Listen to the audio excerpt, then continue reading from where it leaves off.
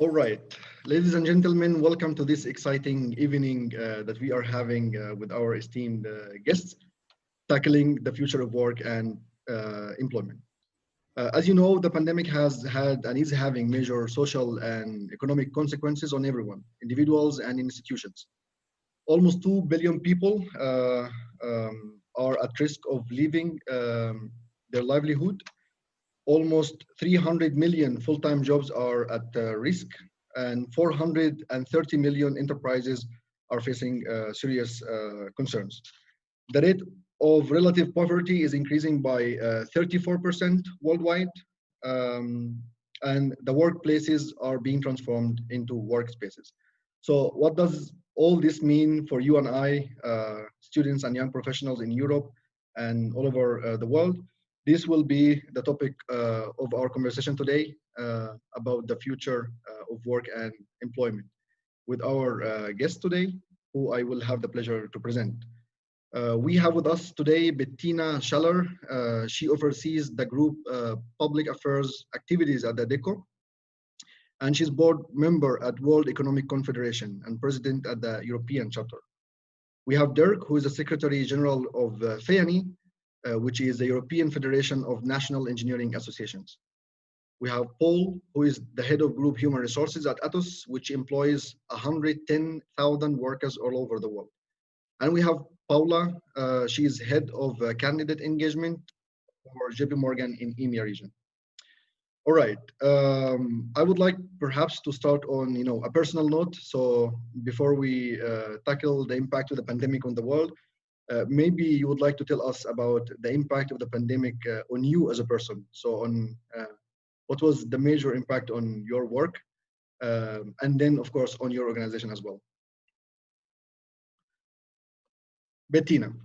Should I get started? Well, first of all, Walid, thank you so much for the opportunity to be here with all of you. Absolutely delighted. And well, the biggest impact is what we're doing right now, right? I seem to be speaking into a laptop computer days after days and hours after hours.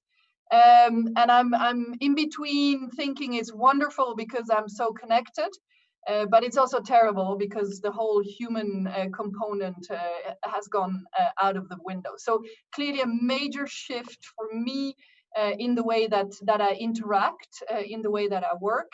And a major shift in my own techniques of doing so. Absolutely. And how was it for you, Paula? I think like Bettina, you adapt, you try new things.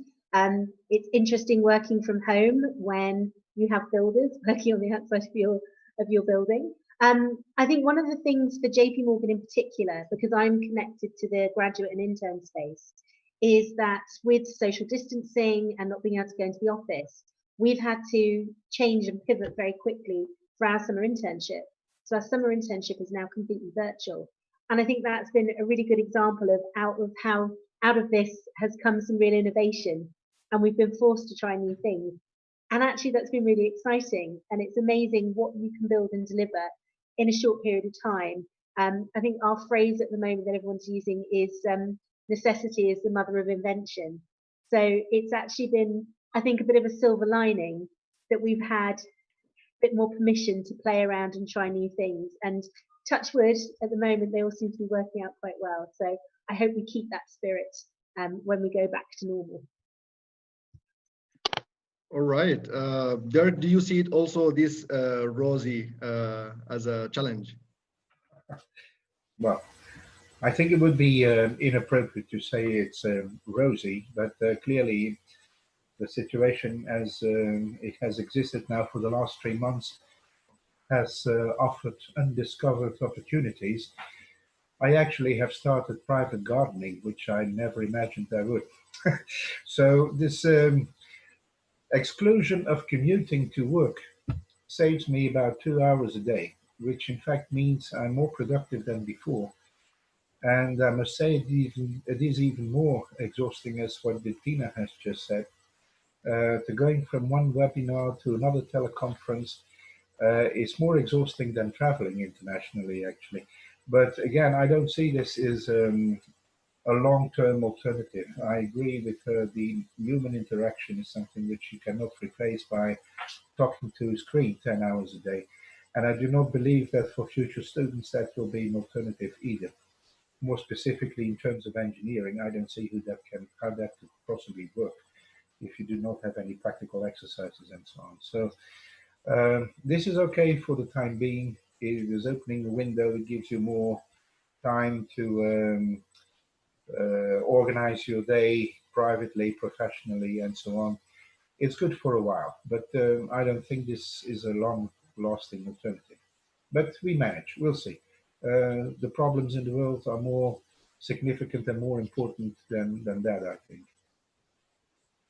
Well, Dirk, I hope you will keep up the gardening, though. There's a very modest, Bettina. It's just it's 4 square meters, so I can still manage. I find it impressive. I actually bought a pot with a cherry tomato tree, so same wavelength. Okay. Yeah, often challenges force us to do new things and consider things from a different light. So Paul, did the pandemic force you to do something new and change the way you live your day? Hi, all of our new friends. Thank you for the time. And yes, it was massive. So I'm actually speaking to you from my home in New York. Normally I'm in Paris. I had to come to the US suddenly a couple of days ago, and I'm in quarantine. So something that as you move from city to city and country to country, you would have never had in the past.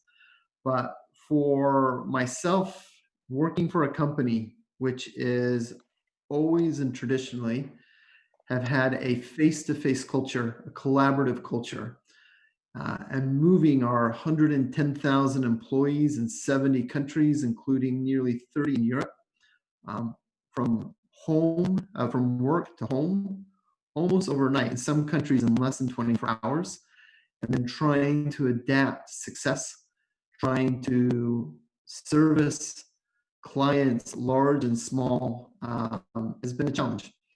Luckily, as one of the larger IT service companies in the world, we had already the technology and practice with global teams to be able to expand it rapidly.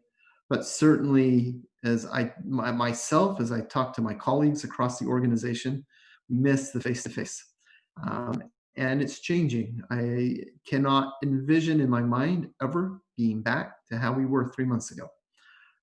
But knowing that we need to find the right balance between work from home and work from office while maintaining a healthy environment and being able to collaborate every day, constantly, sometimes on screen, sometimes through other methods, and in the future, again, I hope soon, sometimes face-to-face.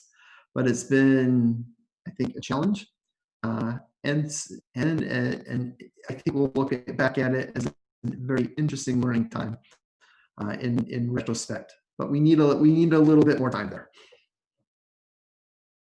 Happy that we are seeing this, of course, as a learning experience, and that's indeed what we are trying to do, to learn from it and try to cope better and adapt better in the future and possibly prevent such crises. So besides the human aspect or how you dealt personally with this, the pandemic, I think it's curious for us to know how, we hear a lot of news about how the economy is shrinking, how the global production is shrinking, how people are losing their jobs. So how did the pandemic impact your company in terms of operations and possibly what did you need to change? Should I kick it off again, Walid? Yeah, please, go on. Please. Thank you. Well, actually, as you said in the lengthy introduction, I represent the World Employment Confederation, Europe, which are all private employment services companies across over 30 EU states. So the perspective that I'm happy to bring to the table is really one of that specific sector, which is actually the sector of experts of work. So listen, the impact, absolutely massive. Clearly, disruption never seen before.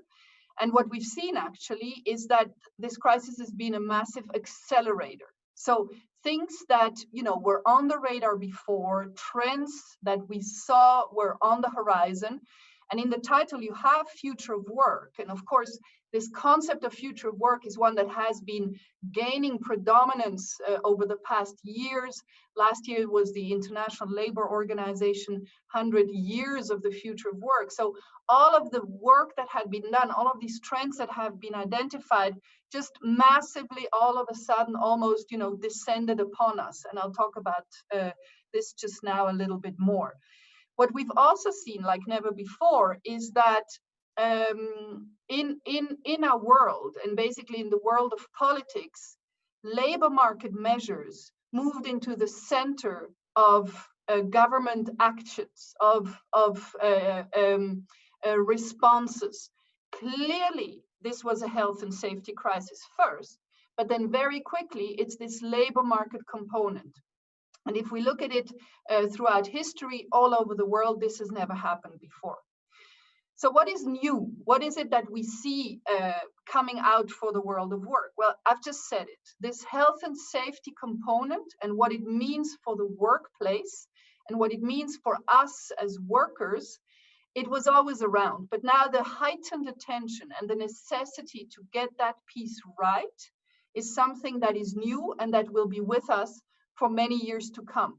So all measures related to health and safety, there will be cultural differences.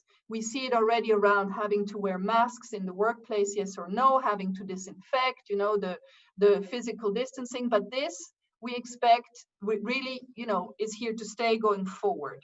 So for all of us who are, you know, used to working in a certain way, there will be adaptation needed there.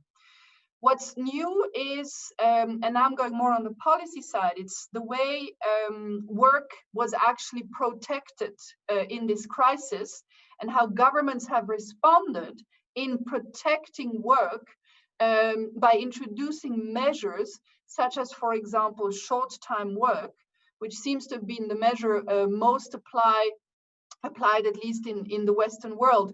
The OECD says it, 54 million workers are under short-time work schemes.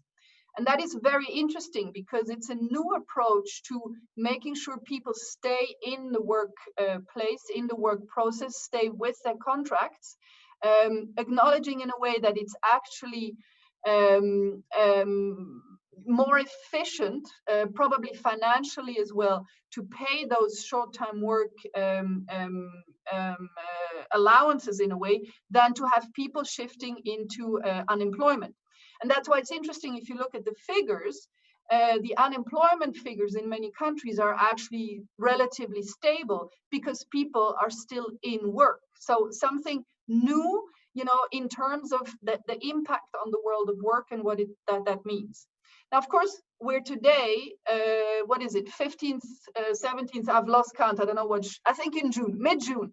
So we're, you know, 3 months into probably the crisis, and I'm talking Europe here. Probably the picture will be different in 3 and 4 months' time, and it would be very interesting to reconvene in this circle. So I'm giving you, you know, what the picture is today, but again, protecting work is key. And actually, on that protection side, here in Switzerland, for instance, we've seen that young people who are, for instance, in training schemes, in internship schemes, well, they were all kept on the job, you know, on their assignments. So this was a key component of this crisis.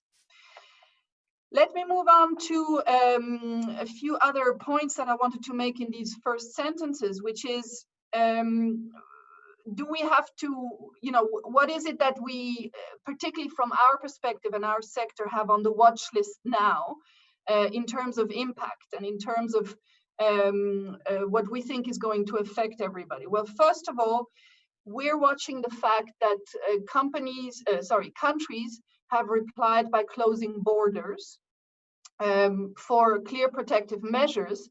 But from a talent perspective and from the perspective of what this means for the global labor market, if there was such, and for talent mobility and for you know, brain circulation, which from our perspective is absolutely key, Well, this is one point we are worried about, and it's something where we're looking, wherever we can already to just, put the finger on. Let's be wise about talent mobility and about making sure that from the perspective of companies, you can access the right talent, but also from the perspective of workers and young workers, they're able to move around for a job. A second point is related, and it's a little bit different, but we're watching that in our industry with a worried eye, is around what the remote work has done to people's, wellness and in a way their mental health and all the elements linked to that. And a modern workplace, we knew that before the crisis, needs to take into consideration work-life balance and elements like that. We know it from younger generations. Well, this is where, again, this crisis has accelerated an element of putting a lot of stress and new pressures on workers of all ages. And this is something we need to look at, possibly as well from a policy perspective. Talking about the policy perspective and remote work, one thing that we know will have to move into the center of attention is working time. The concept of working time with remote work has gone out of the window. And it's something in many countries that is the result of negotiations among social partners. So our expectations here is that this is something that will be looked at. Let me finish with a positive piece that we actually see in terms of impact on the labor market and how things are going to be probably changing. And again, I wish I had the silver bowl and could, just pick out, but this is the visibility we have. Well, we've actually seen that a lot of companies, but also a lot of governments, as they come now with recovery measures and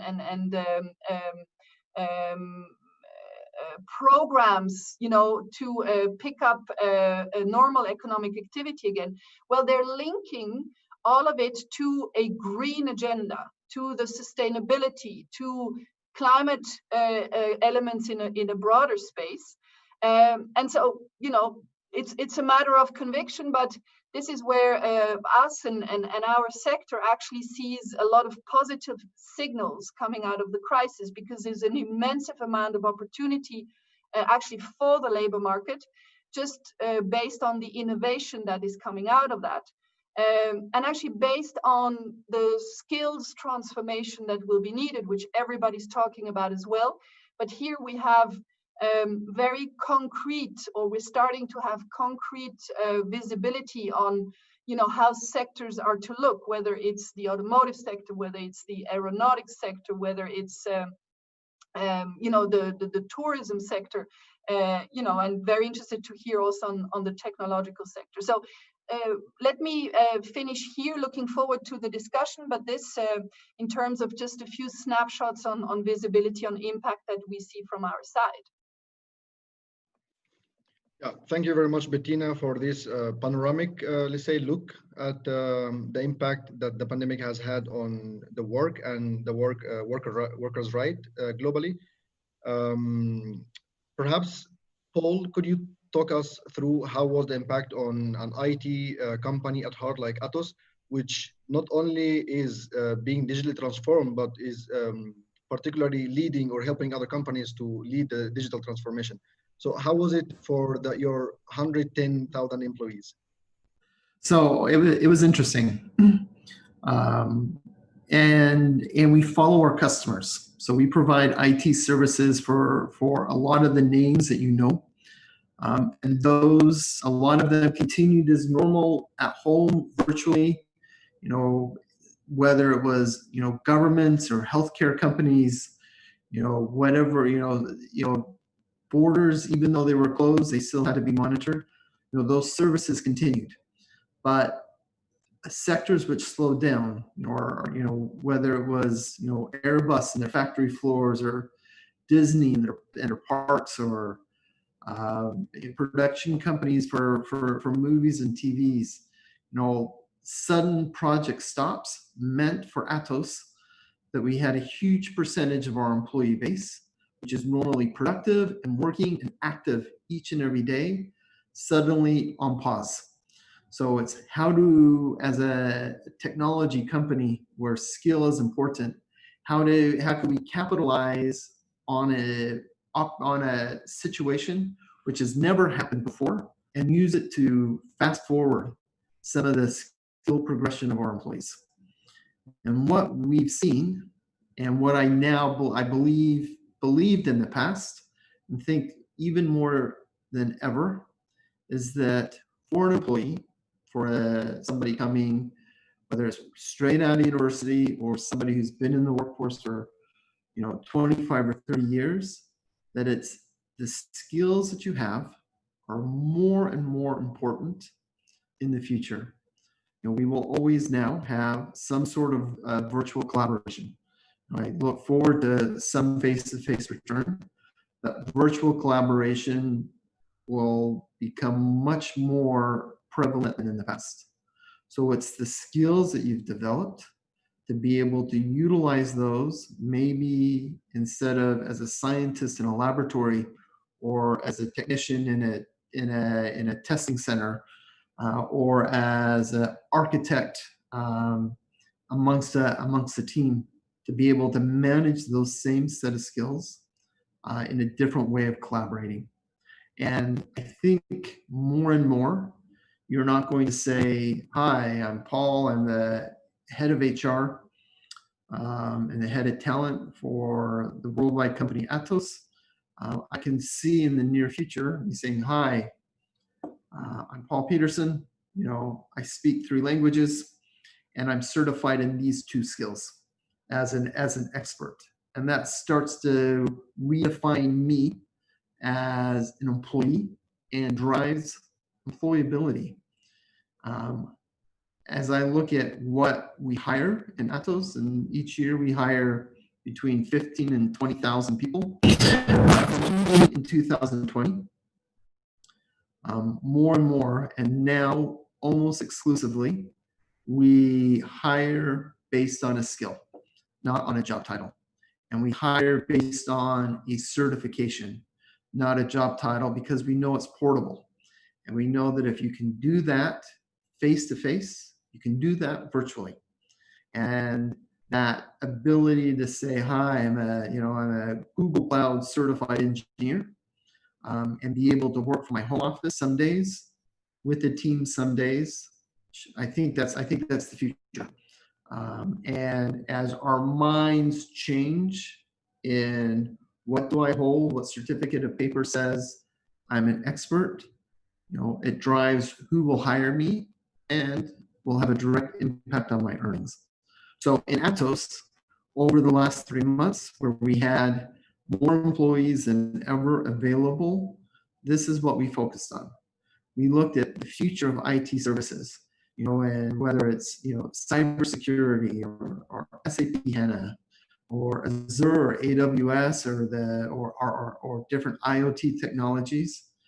And we looked ahead and said, the next 6 months and 12 months, what certifications do these employees need? Do these students who've just started at Atos need to ensure that they have a good job, a job that our customers are desiring Atos to help them with, that we can give them that tangible certification so they can say, "Hi, I'm Paul. I'm an IoT certified engineer," and then take that to be able to work not only in a laboratory that maybe they've worked in the last 20 years, but do it from their home office successfully, and help them develop some of those remote collaboration skills. So I think over the coming really, really short period, this is our success factors in IT services. It's my certification, my skill, which is portable and is always constantly being developed. Thank you, Wally. Absolutely. Thank you very much, Paul, for this wide explanation. of how Atos is leading this change. We will pick up on some of the points you mentioned later, like remote working, and the workspace and the home office. But in the meanwhile, I would like to ask Paula. Paula, how is it with JP Morgan? Sure. I mean, looking at it from the financial services perspective, I suppose everything's changed and nothing's changed.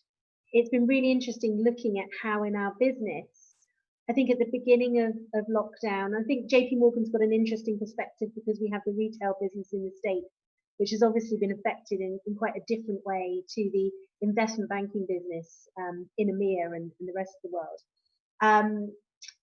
Because we're very involved in also being those people who are making the predictions about what's going to happen next. So it's interesting that we're putting that out into the market, but at the same time dealing with what's going on in our own industry, sort of in our own backyard, if you like. I suppose in terms of the ways it's impacted us, the revenue generating size of the business has stayed relatively robust, but just what we've been busy doing has changed. The markets have gone mad. I think that's the technical term. That the traders, the markets guys, sales guys have been really, really busy. And when we come to remote working, we talk about the joys of split teams. Obviously, things like M&A, leverage finance has changed. That's slowed down, but it's meant that everyone else in the business has pretty much been trying to execute BAU, and that's brought in a whole interesting piece around how do we continue to deliver to the client. I think in a very similar way to Paul, we're driven by our clients. Nobody's going to pay us to move our own money around. And how do you deliver that? How do you address their needs and build that level of confidence in the clients when you yourself don't know what's going on? So I think that's been probably a big impact. I work specifically with the sort of junior talent end, and I was really heartened to hear you say, Bettina, that in Switzerland, no trainees or graduates had been moved off, and that's exactly how it should be. And I think that's what history teaches us about how graduate and intern schemes often fare during these periods. So every man and his dog is predicting recession. We were probably going there anyway in the cyclical nature of the economy, but this has sped it up. And in my 20 years of graduate recruitment, I've seen a couple of dips come through. And what's been really interesting is how actually those organizations who maintained their graduate and their junior talent feeders through really had a lot of success coming out the other end. I think that's because you are constantly going to need that talent coming through. So you can't just turn it on and off with the tap.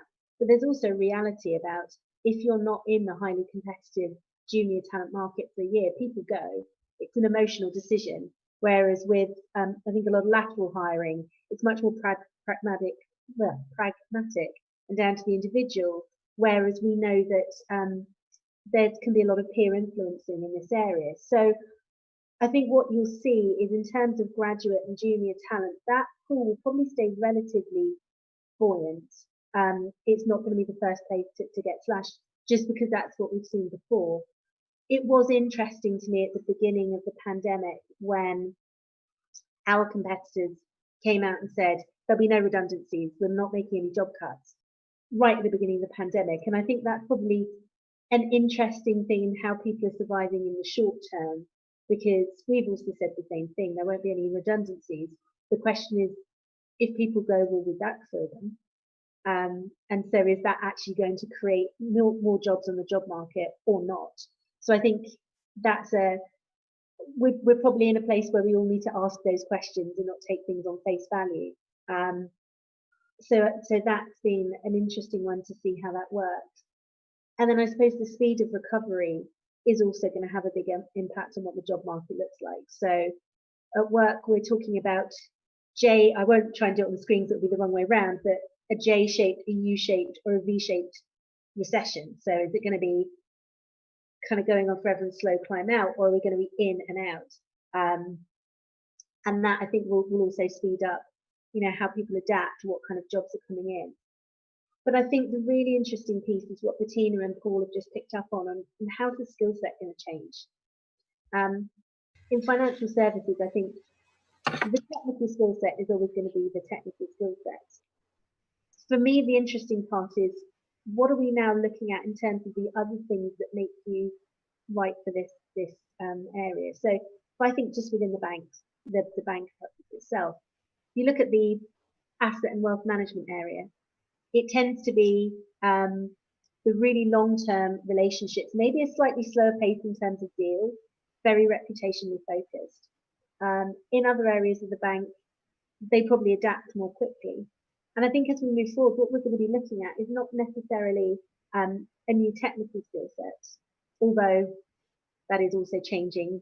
Data analytics, I think, is more important than ever, but also that the approach that you take to your work, and do you have the learning agility that you might need? So, for example, with Paul saying about the certification, that have you actually got the ability and the mindset to understand what's coming and make sure that you're shored up? So I think we're going to be looking for that adaptability in people and the ability to, I suppose, read the room, read what's coming next, and be very future focused. I think certainly at the beginning of our career, we're just so focused on, like, I've got to get the right role in the right company, and it's all about now. And I think very, very quickly we're going to have to start thinking about what's next and future-proof that and say, how do I position myself so I am ready? And I think exactly as Paul was saying, you're almost like I'm trying to think of the right analogy, but you go out to market with your ability to think ahead of what is needed. So I would say that's going to be a skill set that we're going to have to really build on. It was interesting when lockdown happened and our team, for example, all of a sudden had to adapt. There was quite a slow start of people saying, "Oh well, let's just let it ride for a bit. I'm sure by July we'll be all back to normal, and we don't know how to do this." And actually, it was the members of the team who said, "Well, I'm not waiting to find out if that happens. Let's build this. What do we need to go now? Who's going out getting the skill sets ready?" Were the ones who've really shown up and been recognised. So I think it's having that mindset of how do we adapt, how do we play forward, and thinking what's coming next. I believe that most people always find inertia to change, and that probably one of the most important skill sets that people have, and our audience, the students of technology, we try with best to give them, is adaptability and flexibility. Probably this is the most important, one of the most important skills that young people will need to have, especially in front of the waves of changes and technology disruption that we are living almost every 5 years or so, and that right now are accelerated by the pandemic. We will touch on this very important topic, which is what are the skills that young people need in upcoming questions. Before moving on, I would like to remind everyone who is watching that you can ask questions to our guests. You can ask on YouTube or on Facebook Live, and we will be making sure to ask your questions to the speakers. Dirk, what's up with engineers and the engineering profession, and how did you see the impact of the pandemic on mostly engineers specifically? Yes, well, as you know, the engineering profession is a very broad one. It has various disciplines. It goes from construction over biomedical to chemical to electronical, electromechanical, and so on. So to speak about the engineers in general is very difficult. Definitely the construction engineers, the civil engineers have had difficult times, as many of the works they were actually engaged in have come to a complete or partially standstill for many weeks, which will definitely have consequences later on in terms of being held liable, in terms of not meeting deadlines in the execution of projects and so on. But on the other hand, other disciplines in engineering, such as the electrical and the biomedical, have more work than ever before with this pandemic. So the answer to that question is very diverse. Now, this corona crisis overall, I think, has led to a sharp decline in economic output, and that is undeniably so. It has also led to a rapid increase in unemployment, not necessarily substantially in the engineering or technical professions related fields, but clearly in a number of other sectors, where it has even led to the worsening of standards of living, a reduction of real income, and so on. So also today in the engineering field, there's a lot of anxiety, people having job uncertainty, not knowing how, and especially young people, how things will change and if they will change, because I think we will go through rather a W evolution and not immediately to V evolution. Don't want to be pessimistic, but I think that is realistic. If I look at the current status of the coronavirus in the world, I can see that, for instance, in Ukraine and in Brazil, they are now on their peak, whereas in countries like Slovenia, Croatia, and Belgium, it is virtually already under control. So as long as the entire world is not working as before, I think we will have to bear the consequences. In any case, business as usual, I think, can no longer be a political option. This crisis has caused and evoked an opportunity to build another world. So it offers opportunities also to transform, I would say, our socioeconomic models to ones which are more focused on people and not so much anymore on profit and economic growth, which is often expressed in percentages. And from what I read in the newspapers, that GDP worldwide is going to decrease by 8% on average, with some countries like the UK where it will even be closer to 11, 12%, which in fact means that we are all becoming poorer. But the GDP has never been a measure to calculate what really counts for human beings. So the impact of the whole thing may be far more than we can imagine today. What I find also very interesting is that many sources, many people, organizations say it will never be again as before. But I'm still waiting for the New Deal. I'm still reading and trying to find out in how far it will affect our practical lives. And that the focus will be more on the green economy and being nicer to the environment and the nature and the world we live in, and that it will lead to more use of digitalized tools and so on, is beyond question. But I cannot believe that people, as they have been going through now in these months, I have a son here studying his exams, I cannot believe that young people like you are in Best, 20, 22 years old, can sit behind the screen for 6 hours taking lectures and taking courses. This is simply inhuman. So you will have to, it's a tool for the moment to help us out, but I cannot seriously believe that this is the future. Now, what we have seen, and that's another issue for the next generations, and it's not going to be my problem too much anymore, I'm afraid, but for the generations that are coming behind us, what we are doing and what we are seeing all over Europe is that the public finances have helped enormously various sectors to stop the bleeding, with all kinds of temporary adoptions of flexible fiscal and state aid rules, with postponement of prepayment obligations, fiscal injections in support of businesses and individuals affected by the pandemic. But there is no cure. It's just stopping the bleeding. And what I would like to see is, where is the New Deal? What's the new policy? I know there is the Green Deal, that is a priority of the European Commission. But I think the focus will not be on this. The focus will be on how do we recover our economy, i.e. how do we go back to what we previously know? And so I think in terms of the environmental concerns and the Green Deal, that will not be in first instance a priority for the European Union.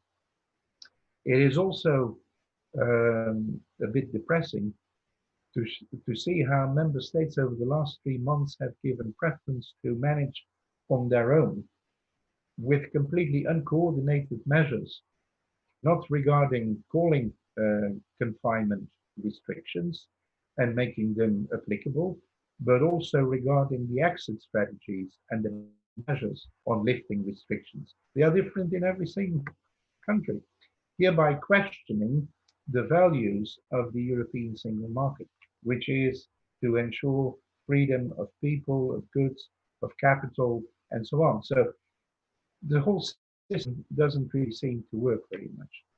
And in that sense, that is also worrisome. I'm happy to have the European Union, and everybody is knocking on their door now to get funding. But we shouldn't forget about the future generations, because who is going to pay for all this? It's going to be massive. It's going to be massive. And we already expect in Europe, which is currently at an unemployment rate of about 6.7%, that it will increase to 9 to 10%. So the prospects are not particularly positive. Now, the quantity of jobs and the quality of work is one thing. And I think that young people in precarious jobs, and that doesn't apply for students of less, but also older workers, and in countries which do not have such robust social protection systems as we do in Western Europe, that they will suffer, and that will be to the extent that even people who have work will suffer from in-work poverty, and that is likely to increase significantly. And the real need will massively exceed, I think, the limited resources of public finance. And that is something I think is worrisome for the future generations. So other than that, I'm lucky to work for a profession which is always in demand. And engineers have been very helpful to help work by their creativity, shifting their core business to the issues that were needed in producing masks and fleeces and so on. So we will survive one way or another. But I think overall the environment we'll be working in is not going to be the same anymore. It's an illusion to believe it will be the same as it was before, whereas we all want it to be back to normal again. But we will have to get adapted to the new normal. So again, I don't want to sound too pessimistic, but I don't think we should focus too much on restoring or recovering on what one once was, but that we should try to restructure and improve what we have been used to. In terms of promoting the circular economy, for sure, we'll need to do that. We will have to contribute to climate neutrality. There are ambitious plans, as I said, in the Green Deal to be achieved in the EU by 2050. I'm not sure if we will get there, but we will have to do something. And yeah, we will have to be putting people and the future of our planet at the core of our concern. And overall, what is not sympathetic to say is frankly that we will have, and the tendency is increasing, we have too many people. There are too many people. It's not a nice thing to say, but our resources have no end, are not without an end. So we will see how to best use these resources in order to make sure that everybody has a fair chance in life. But also that is a concern. Yeah, so absolutely. Okay, that's what I wanted to contribute. But yeah, I believe that generally young people today, they care about being part of a future that, or a recovery, a new restart that puts the planet, the sustainability, and social equity at the heart. And I believe that at least the engineers in Europe and solutions technology, they help design new solutions. They help solve problems, and I think they are here today more of solving a problem, and they are encouraged by challenges rather than intimidated by them. So as you mentioned, that in that new restart, we need to put people first and have people at the heart of the recovery rather than the GDP. And Bettina, in one of your articles, you talk about a new ROI, return on individuals, and you talk about a new social contract. So perhaps you could very quickly mention to us what is your view on that new ROI? No, absolutely, and you just said it. ROI, in our understanding, stands for the return on individual, and it's really about making sure that companies heavily invest, but also that every individual understands that it's all about the value that she or he brings. And you're absolutely right. I mean, at the center of our thinking is that new social contract, and it's all interconnected in our days. The point where we came from before the crisis was that, in a way, the world, you could think, is in a good place. We've gone through years of development, of innovation, but then if we look at the world of work, what we said is there's still too much unemployment in the world. There's still too much inequality. There's still too much rigidity, which doesn't allow people to actually enter the world of work. And then also, there's too many discrepancies between people who work hard and what they get out of that work. And so we said we need to look again at the responsibilities on the one hand side and the expectations of workers, of businesses, and of governments. And we need, for that reason, to look at a new social contract. Now, of course, the crisis has hit, but we still think more than ever that new social contract is necessary. So a new way of, committing to each other and of saying, okay, we want to make this work. I mean, Dirk said many good things in that way as well. Actually, one thing that we're saying is it's not about a new normal or a better normal. We talk about resetting, almost recalibrating. And of course, what we're saying is let's take the good from before, let's keep that. And then, let's make sure we can, as I just said, rebuild, recalibrate. The discussion will probably be, what do we all understand as being good and has to be kept, of course. But if we go by certain fundamental principles, and that's where the new social contract comes in again, just what is the right thing to do, we think this will help the discussion. All right. As we approach the topic, there are a few points that we would like to pinpoint here before we move on to the questions from the audience. And one of them is very important, which is remote working. Probably young people are already used to remote studying, like following lectures online. We have all our volunteers who are coming from all over Europe, and even the organizers of this summit itself, they are coming from all over Europe. They never, they didn't meet for this. So they are more used to this. So are we approaching, a new normal in which remote working is more acceptable and it's even becoming the norm in specific things?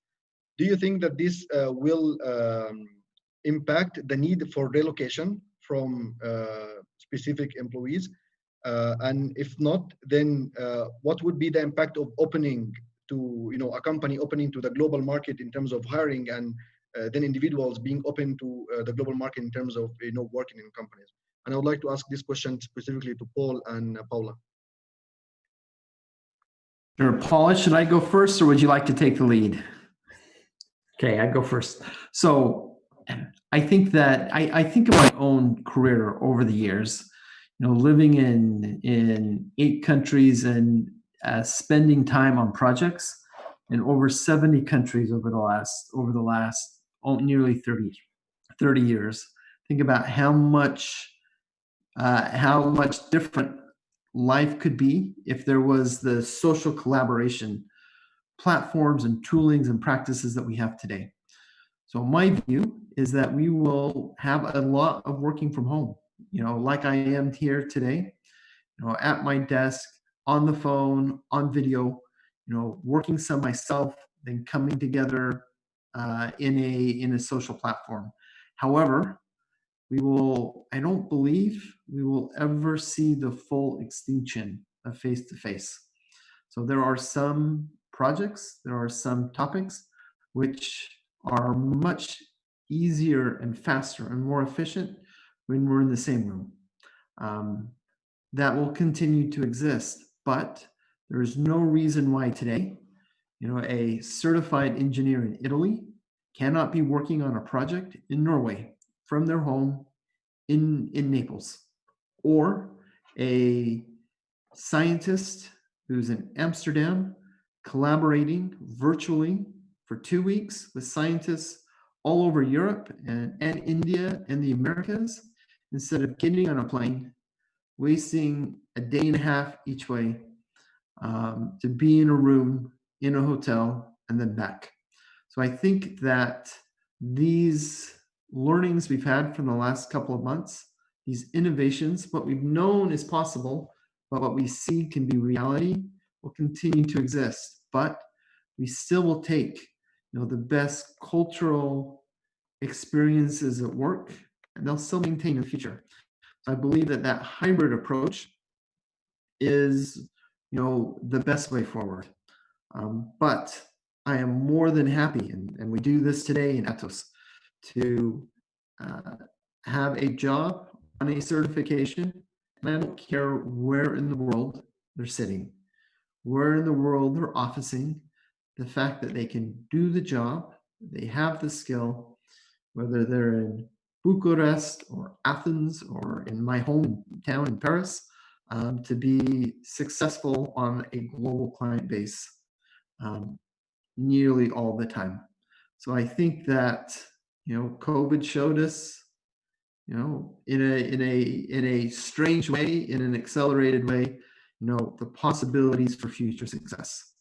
And and you've heard me say it now a few times. It's if you have the skill, if you have the ability, and you have the talent, which I know you as digital natives coming out of university today, have that ability to interact successfully and productively in a virtual environment. This is a huge success factor, and gives you a leg up. It gives you skills that you've developed that maybe my generation we're still working on, and we still haven't. We need to catch up to you. And I look forward as you come into the workplace to help myself and my colleagues and the executives we have at Atos, catch up to you.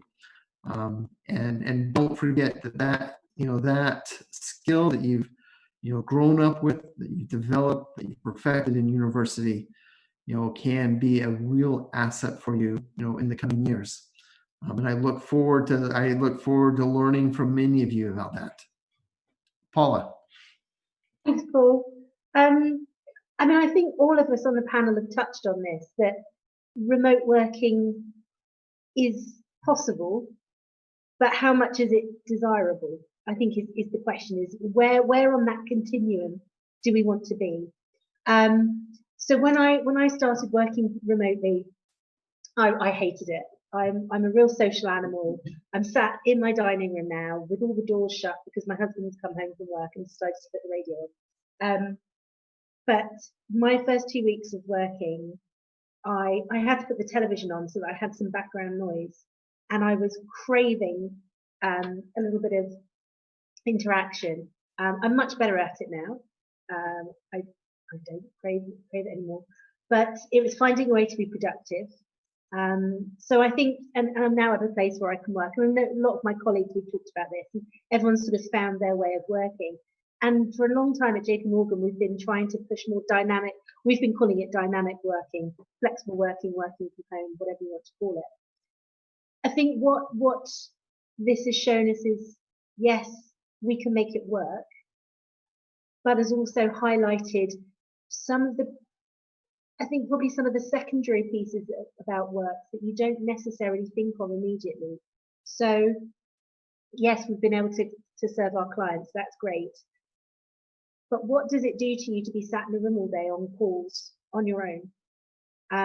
We've touched a little on mental health, but that's been a real talking point and concern for us around, you know, if people are working from home, isolated, what's that doing to their mental health? We've seen colleagues having to take on childcare. Now, obviously, that's a pandemic-related issue rather than remote working particularly.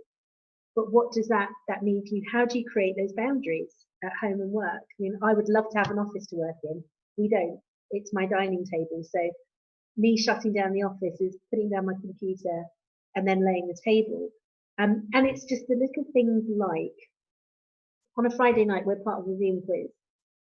So I spend my working day on Zoom, then I spend my social time on Zoom, and it's exhausting.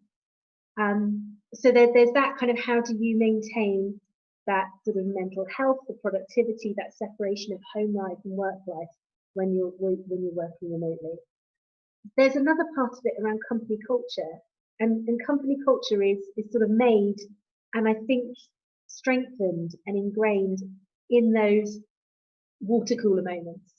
You know, that you get in the lift with someone, you have a quick chat, you hear somebody talk about something, and that really establishes that culture. And it's very hard, I think, to keep feeling that in the same very authentic, very organic way. I mean, we've worked really hard to be putting on lots of events that we can go to that keep us connected. You know, the other massive world issues that are happening outside the pandemic at the moment have also caused us to focus on culture and that sort of thing as well, and connecting with people and sharing our story.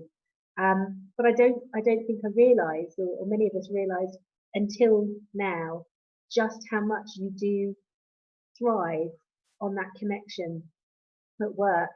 And I think we need to be really careful to make sure that none of that gets lost, and we don't become collections of individuals who happen to maybe do the same thing, versus are we bigger than the sum of our parts? But there was another observation that I had, and I think this particularly kind of hits home to me. So I live in Bournemouth in the UK, which, for those of you who don't know, actually has Europe's best beaches, or some of Europe's best beaches.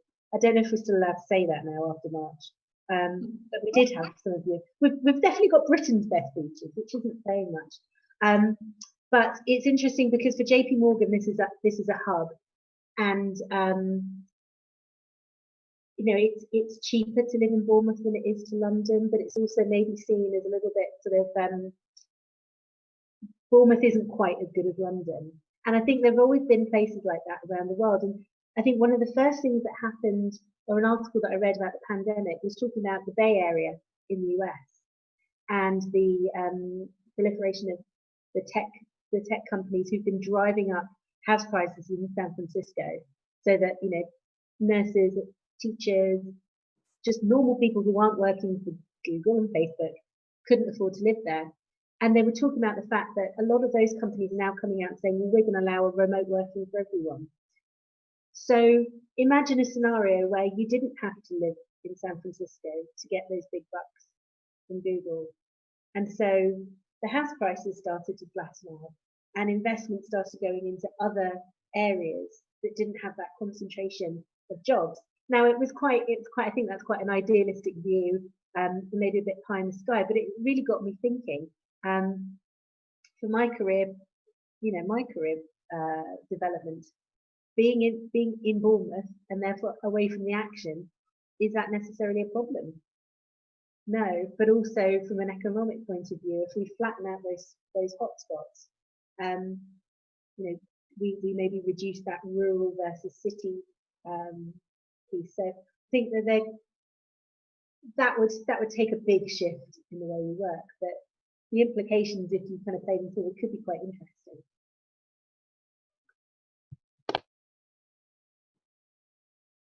All right, thank you very much, Paula, about mentioning how is it important, also the relationship and how people feel at work, because I think many of the young people today that at least are following this conversation are people who are trying to do, purposeful work, as it is called, meaningful work. So we hope that, pandemics and other crises don't force people to, focus on things that they don't find value in. All right, so right now we are 1 hour into our lovely conversation and it's going on.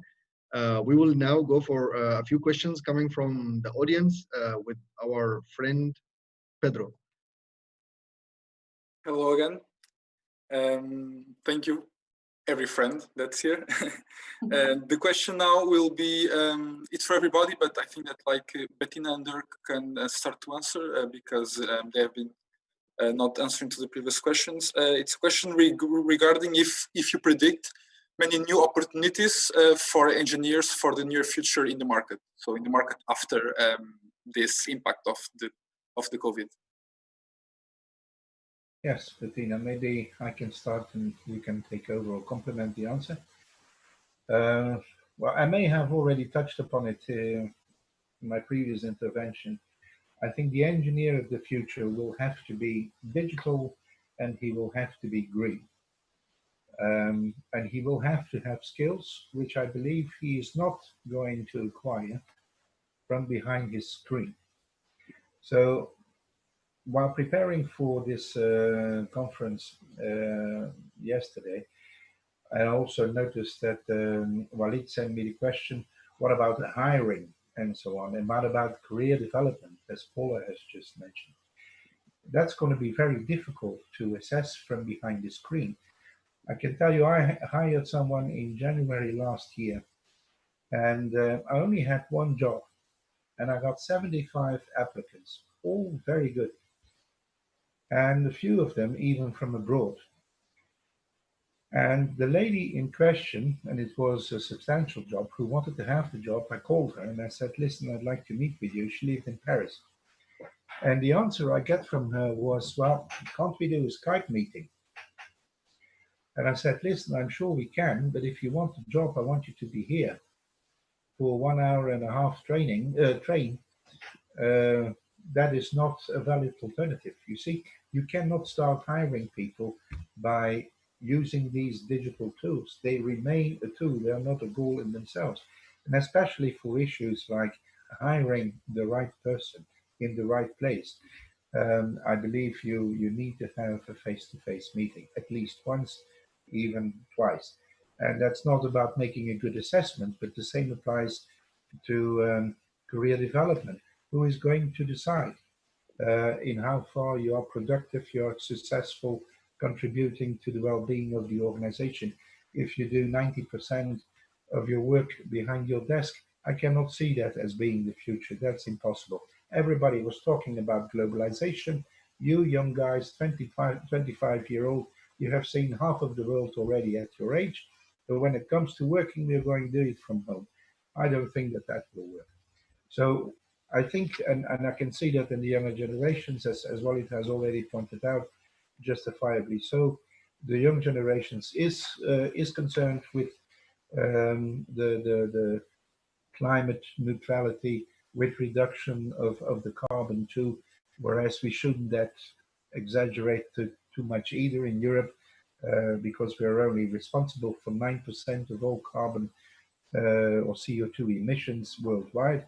So there are other countries who need to make adaptations, but I can see that that area and anything also in construction, cement industry, steel industry, they're all very much involved with the sustainability goals. And I think that is definitely the future. The 15 or the 17 SDGs, as defined by the United Nations, are definitely a good guideline. But yeah, we have a long way to go. Overall, I would say engineers do not need to worry too much about their future. They are overall known as problem solvers. And I don't think we are facing a world which has had ever so many problems as it has today. So the engineers will definitely find their way in the future. Transformation will be green and will be digital. So maybe Bettina has something to add on that. Is that answering your question, Pedro? I'm not sure. Yes, actually, that's a follow-up question, but I will wait for Bettina to first reply, and then. Yep. Look, I mean, very, very aligned with what I'm hearing from Dirk. First of all, I really hope that out of this hour and a half, we get the sense of opportunity. Actually, I mean, we all hear the disastrous perspectives, but actually, I hope again that we will walk away with that. And what I agree with what Dirk said is specifically engineers actually should not worry. I mean, what we see clearly is that the future for every individual has to be about a bouquet of skills, openness to integrate a series of elements, and one of them is technical knowledge. So as an engineer, by definition, you know, you bring that with you.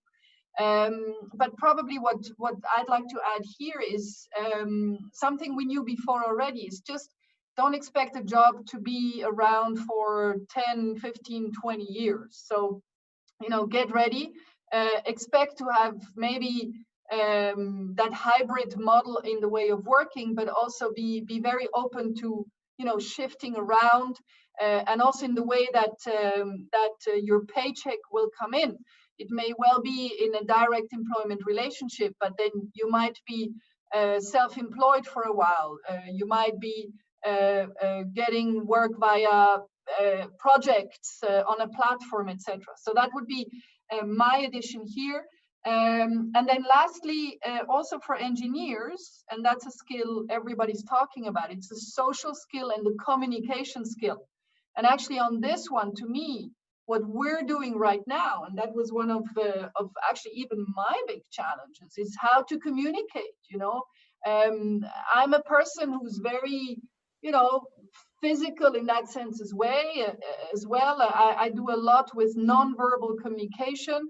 You know, I'm 185 with blue eyes, so usually I just need to look at people and then I get things done. Now I need to actually express it. What I'm trying to say here is just, you know, hitting the right tone, being able to get a message across. And actually, and Paul said it in the beginning, speaking languages. And, you know, the language can be coding, but these are the skills that also an engineer, you know, can definitely not have enough of and should be focusing as well besides the technical career as well. And then probably home gardening is an excellent skill to have as well. Thank you, Bettina. I hope that our students will learn home gardening now to improve their CVs. I would be for that. Thank you. Develop a drainage system, and then, you know, all these type of beautiful pots, you know, that can shift up and down. I don't know. Indeed, it's an engineering job. There Definitely. You go. This bridges us to another question, which is related to, because nowadays, during this month, universities are also teaching differently. They're also teaching remotely, and they are also going through transformations. And the question is, do you think skills and knowledge gained during the pandemic and after the pandemic will be treated differently, since they were not achieved in the conventional or the classic way that has been done before? Are companies going to address it differently as well now for everybody?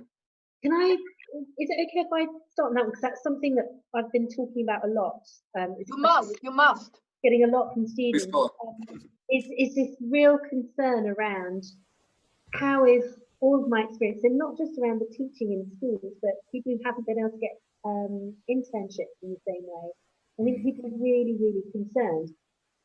Now, what I'm about to say, don't for the slightest thing think that your degree is important. Your degree is massively important. But it's how you talk about your degree and what your degree brings to the people that you're going to. And I think, and you know, Bettina and I, we probably coach people on this kind of thing at different levels. It's how you talk about your experience and how you make that experience valuable. And I've worked with people who've done all the right internships. They've got the degree in economics. They've done all the degree in engineering, which, to be honest, in a bank, we want engineers too. It's a constant battle. They've done all that. They've got the internship, but they don't understand how to talk about those skills in a way that's meaningful and shows what they can do. And then you've got somebody who comes from an English degree who has decided later on to go down a path and so develop their own investment portfolio and speaks really passionately and really knowledgeably about their experiences. So I think, first of all, what's important to me is what you think you've got and how you can sell that to me. And I think people get very, very worried about, am I doing the right thing? The right thing is to do something, but make sure that there's a value that you can bring to it. So we will understand what's going on. I mean, we're keeping very close to the university developments as well. So we'll understand that there's been extra challenges. So we're actually going to be really interested to hear how those have maybe made you have to adapt the way that you learn. If you've been a very social learner, sort of part of work, groups where you sit and you discuss your ideas, when you don't have that, how have you had to adapt? That kind of scenario is more interesting to me than the actual technical piece that you learned. So, facts are facts, and however you pick them up is going to be the same. It's how you've approached that change in the situation. And then, so that's one part of it, but it's then how you take that knowledge and help me understand how you're then going to use that.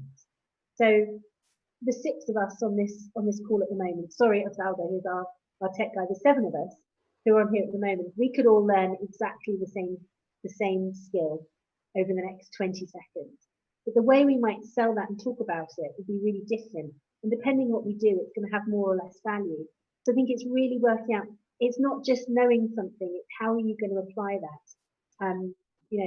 We're all going to learn the same things, but we'll all use them in different ways.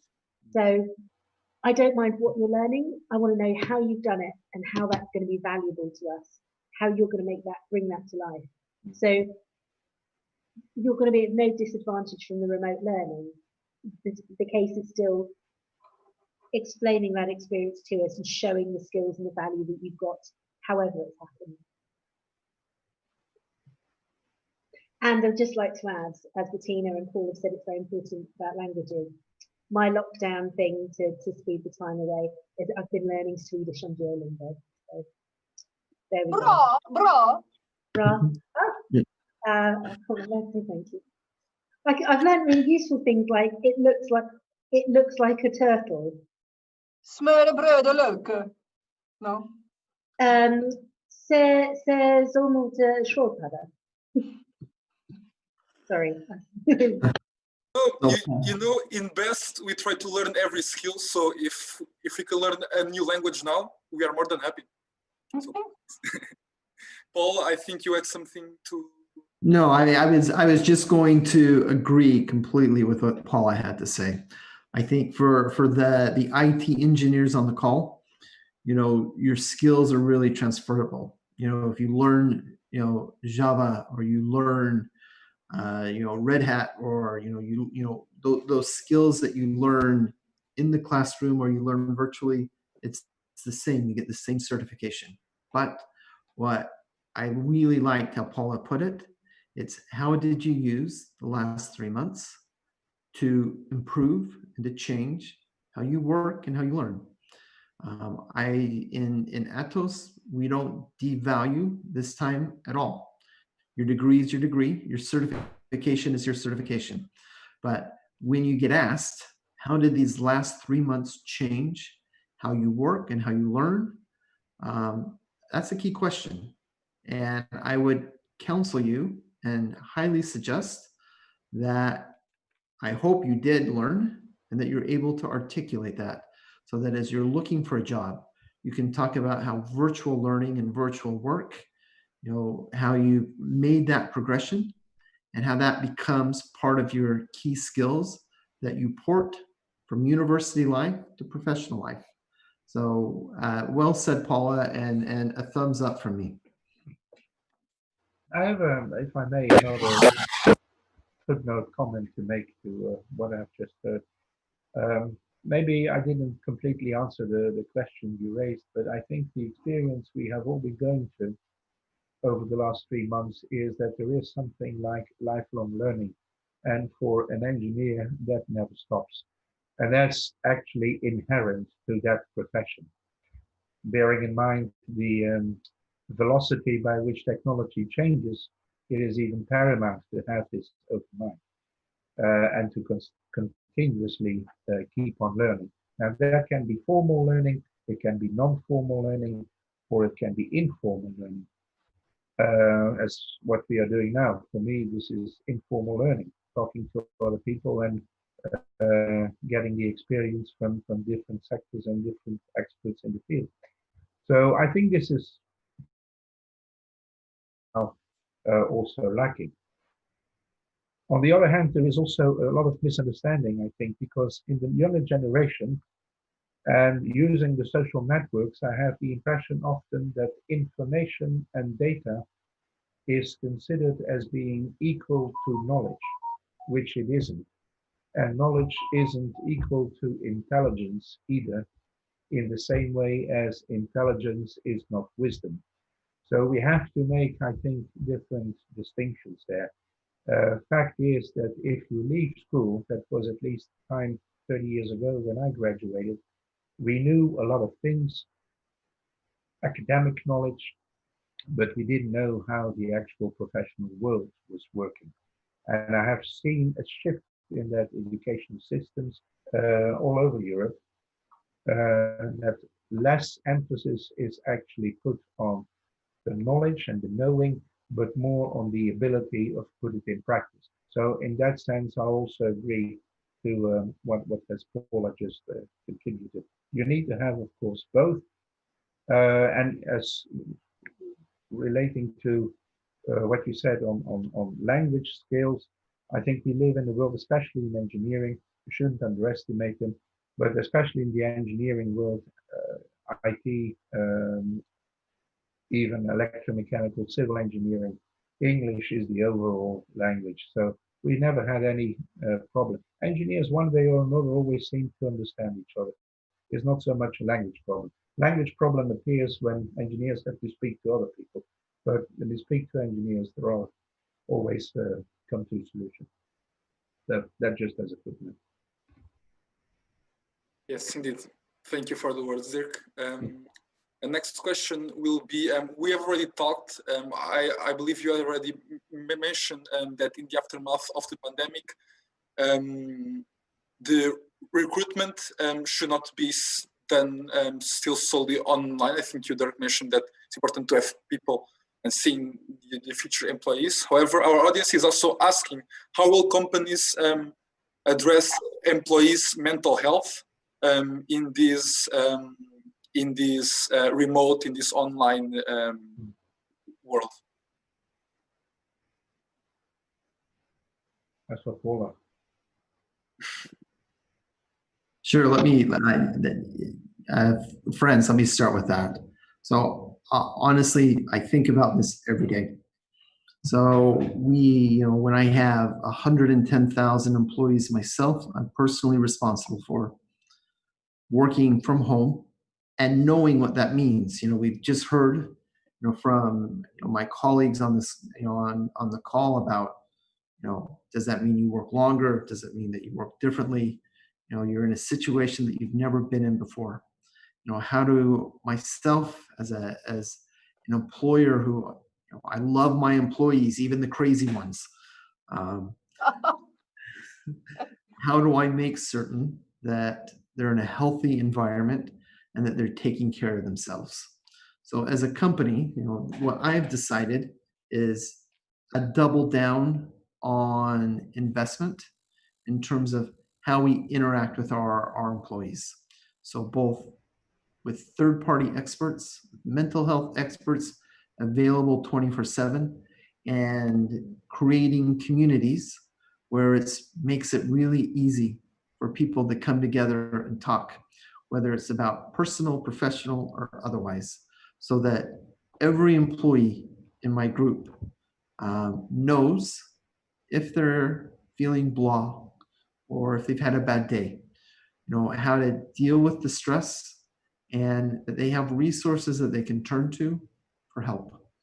And I think that as we continue, in the private sector, in this type of environment, that the very best companies, the ones that I hope you want to work for and find employment, are talking to you about how are you doing, how is your day, what are your challenges, and here are resources available to you, to help you be happier at work and happier at home.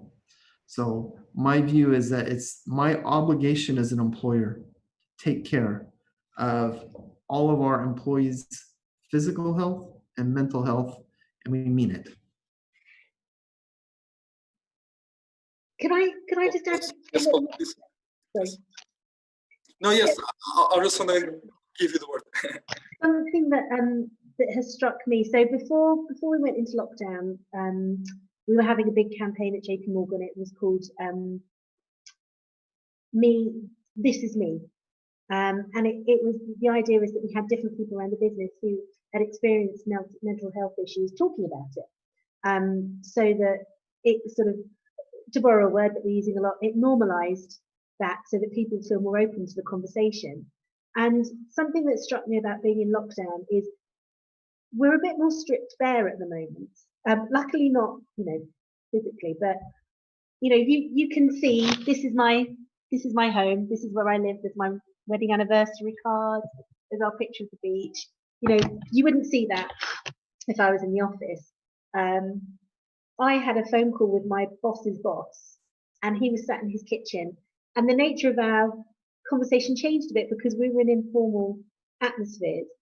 And I think we're getting to see a lot more of the person behind the job these days. And I'm much more inclined to start my conversation with, so how are you doing? How somebody's child runs in, how's it going with the childcare? And I feel like we're having those conversations that connect us a bit more. And if there's one thing that we can take out of this experience, it's the value of those conversations. Because the more we just ask that question, how are you? The easier it is for people to say, not that great today. And I think for me, one of the things is around, and I was really, really pleased to hear the word investment in it, because this isn't just a nice, fluffy, how are you doing? There has to be an infrastructure behind this to support that. But I think those conversations to just make it okay to say this is how I'm feeling are something that I'm seeing coming out of our current situation. And I think it's those multi-pronged approaches as well. I mean, we've had psychologists come on and talk to us about the mechanics of mental health, which works really well for some people. We've had people sharing stories which helps other people access. I think it's just creating those spaces for everybody where it's all right to, I sound like an Instagram quote now, but it's okay to not be okay. And I hope that those little conversations will continue. Yes, definitely. It's really reassuring to know, because it's a question that's been more coming up recently, mental health. So it's really nice to know that if we have people from HR like Paul and Paula, we'll be in good hands in the future. I'll give the word back to Walid now for the closing remarks. Right. We have one final question, which is actually suggested by one of Atos employees. And that question is, what is the most inspiring topic, thing, action you have experienced during COVID-19 work that you will take into the new way of working beyond the pandemic?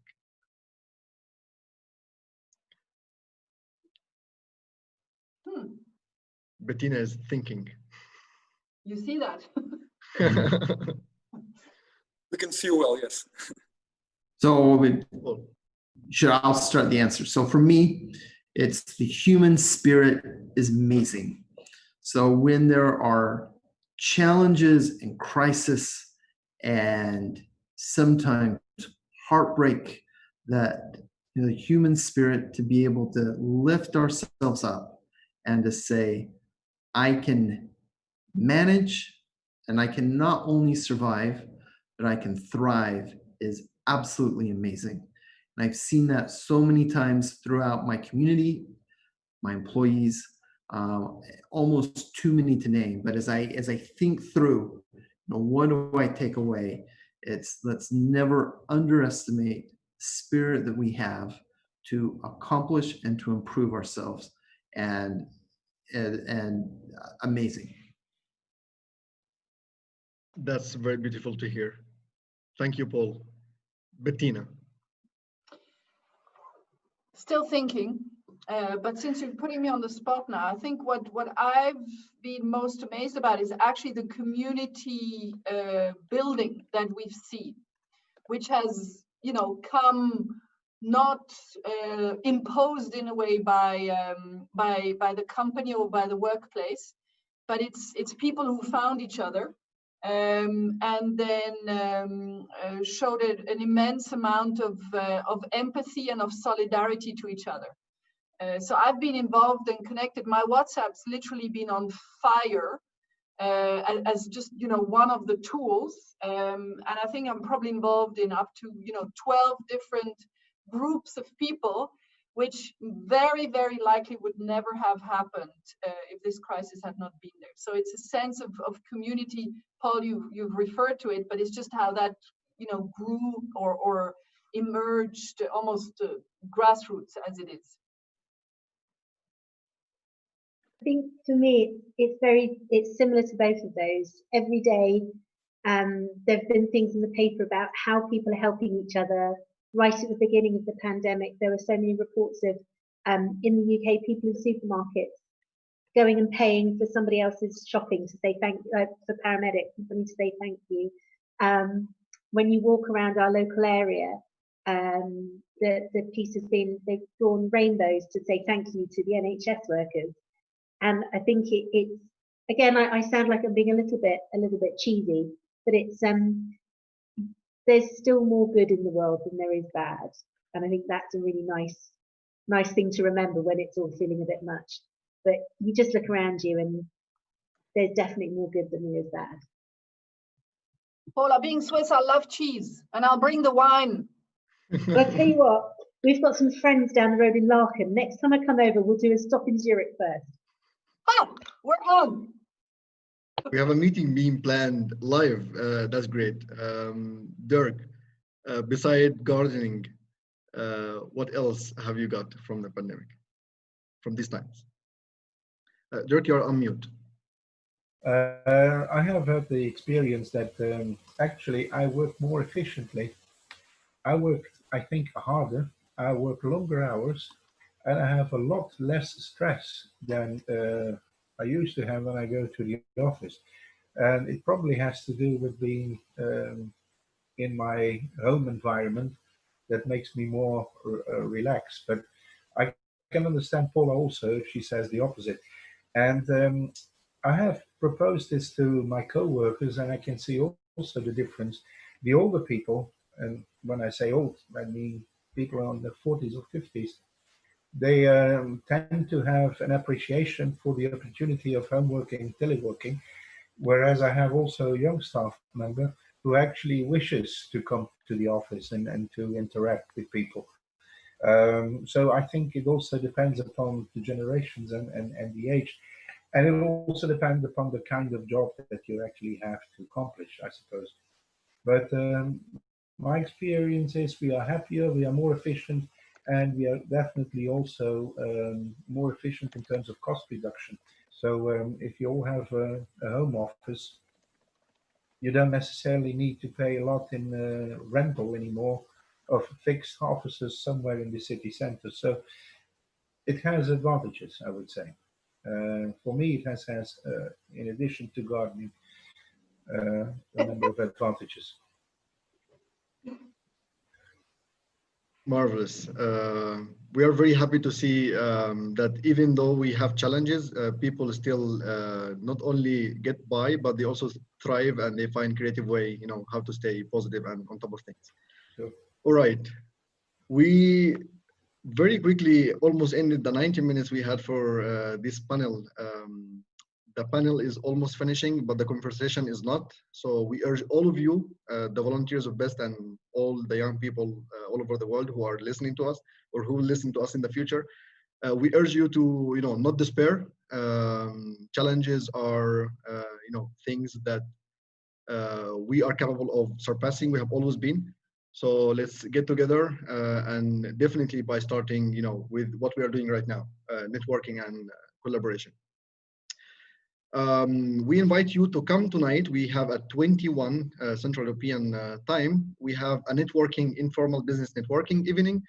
You will see the links in our social media channels. You are always welcome to come. There will be some music virtually. There will be some discussions around sustainable development goals. There will be some, exchange. So if you feel like coming, we will be more than thrilled to have you and get to know you there. This is, of course, an invitation extended to young people and also to the experts we have with us in the summit. You are Forever always young. Who are also young, exactly. Who are also young people. Exactly. Yeah. For the young people and the younger people who are with us in the summit. All right, Bettina, Dirk, Paul, and Paula, we are truly grateful for your time, your efforts, and your generosity to volunteer to come here and talk to the young people of our network. We are looking forward to seeing you in future initiatives, and we hope that you liked it as much as we did.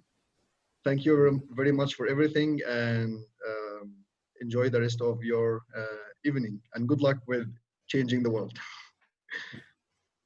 Thank you. Thank you. Thank you. Bye-bye. Thank you. Bye-bye. Bye-bye.